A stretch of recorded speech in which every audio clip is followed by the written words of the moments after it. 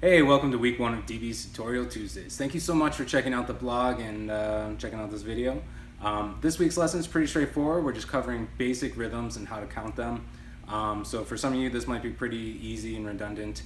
For some of you, you've never even read a rhythm before. So this is very important because it turns out music is intrinsically related to rhythm. So I'm going to take you through all those basic examples. Just playing them on the open string, that's the bare requirement for them.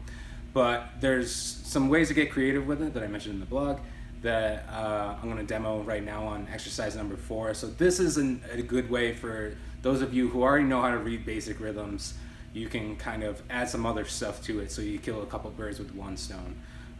So without further ado, here is the rhythm for number 4. It goes 1, 2, 3, 4, 1, 2, 3, 4, 1, 2, 3, 4, 1, 2, 3, 4.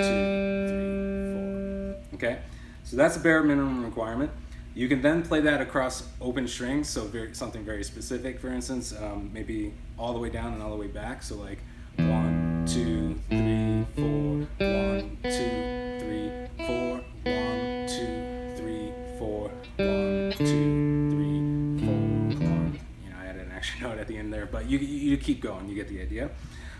Or you can pick a specific group of strings, or even just two. For instance, like if you're having trouble skipping strings, you can just do the rhythm back and forth between two open strings.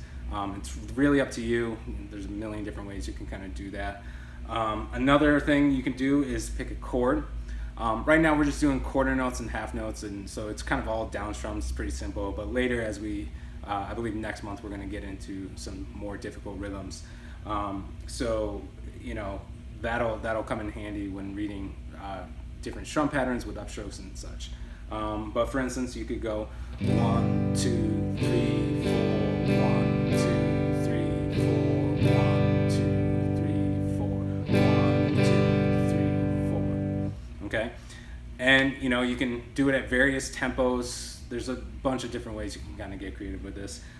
You can pick 2 chords or more than 2 chords that are giving you trouble. So for instance, if you need to practice bar chords, you can just go back and forth like 1, 2, 3, 4, 1, 2, 3, 4, 1, 2, 3, 4, 1, 2, 3, 4.